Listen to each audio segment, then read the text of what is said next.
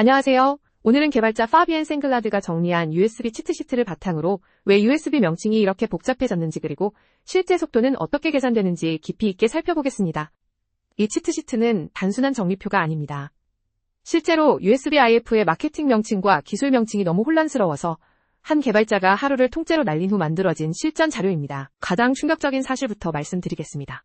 우리가 흔히 USB 3.0이라고 부르는 5Gbps 규격에는 무려 6개의 공식 명칭이 존재합니다. USB-IF가 두 차례 리브랜딩을 거치면서 발생한 결과입니다. USB의 역사를 시간순으로 따라가 보면 약 20년에 걸쳐 신호속도가 12Mbps에서 40Gbps까지 무려 3,300배 이상 빨라졌습니다. 각 세대마다 케이블 구조와 통신 방식이 근본적으로 바뀌었습니다. 신호속도를 시각화해보면 세대 간 격차가 한눈에 들어옵니다. 특히 USB 2.0에서 3.0으로 넘어갈 때 10배 이상 점프했고 USB4에 이르러서는 40Gbps라는 어마어마한 대역폭을 확보했습니다. USB-IF는 소비자 혼란을 줄이기 위해 마케팅 명칭이라는 새로운 체계를 도입했습니다. 이론적으로는 속도 숫자가 명확하게 들어가서 더 직관적이지만 실제로는 기존 명칭과 혼용되면서 더 큰 혼란을 만들고 있습니다. 같은 5Gbps 규격을 두고 왼쪽은 기술 명칭, 오른쪽은 마케팅 명칭입니다.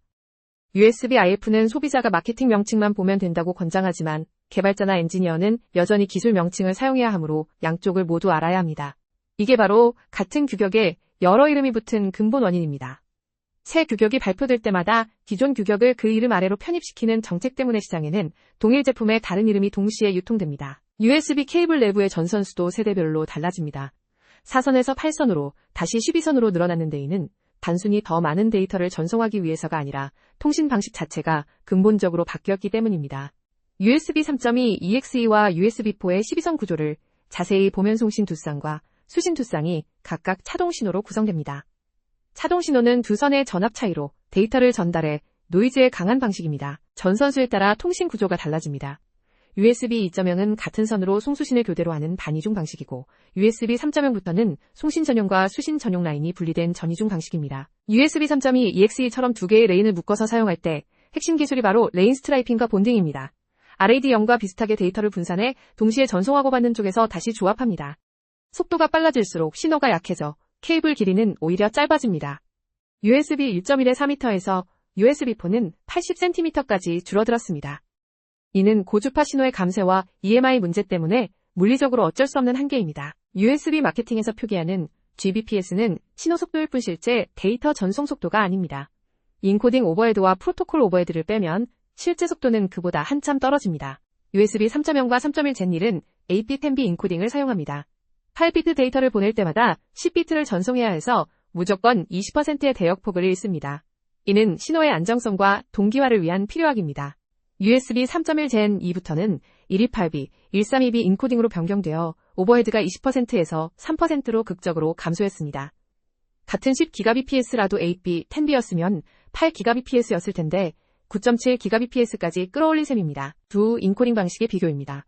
인코딩 효율의 차이가 곧 실효 속도의 차이로 직결되며 이것이 USB 3.0과 3.1 Gen 2의 격차가 단순히 2배가 아닌 이유입니다. 인코딩 오버헤드를 제외한 이론적 실효 속도입니다. USB 3.2 Gen 1은 5500 MEBIBY TEPERSECOND, USB4 Gen 3Xe는 4848 MEBIBY TEPERSECOND까지 도달합니다. 그러나 이것조차도 실제 측정값과는 또 다릅니다. 실제 측정값과 이론값의 격차를 보면 충격적입니다. USB 3.2 Gen EX1의 경우 이론상 122 MEBIBY TEPERSECOND가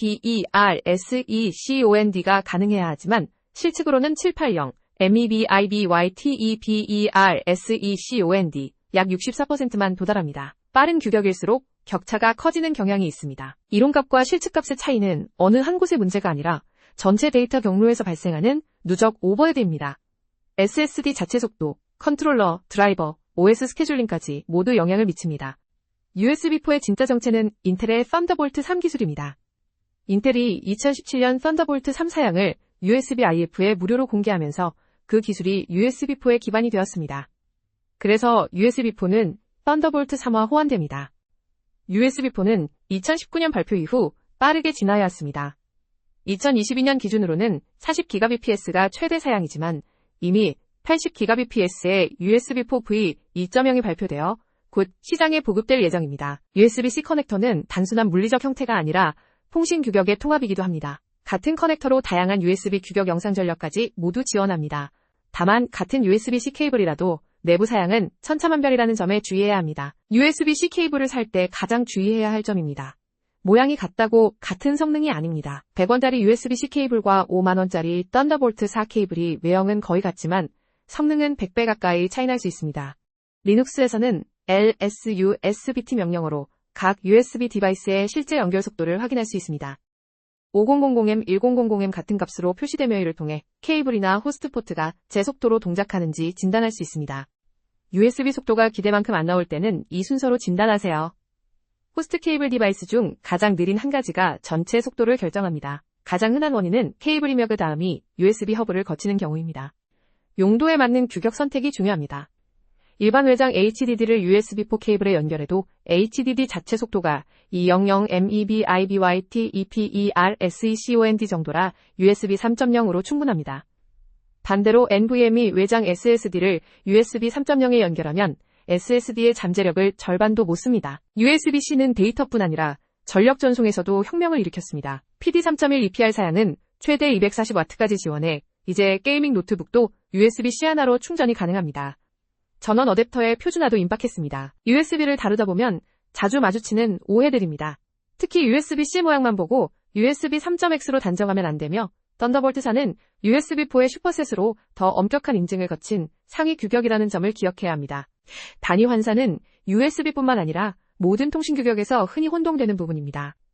신호속도 GBPS는 인코딩 오버헤드를 빼고 8로 나눠야 실제 데이터 처리량 GIGABY, TEPERSECOND 또는 MEBIBY, TEPERSECOND에 가까워집니다. 2022년 USB-IEF가 발표한 USB4V 2.0은 80GBPS라는 어마어마한 속도를 목표로 합니다. 더 놀라운 것은 일부 기존 패시브 USB-C 케이블에서도 동작한다는 점이며 이는 PCIe Gen 4 수준의 대역폭을 케이블 하나로 처리할 수 있음을 의미합니다.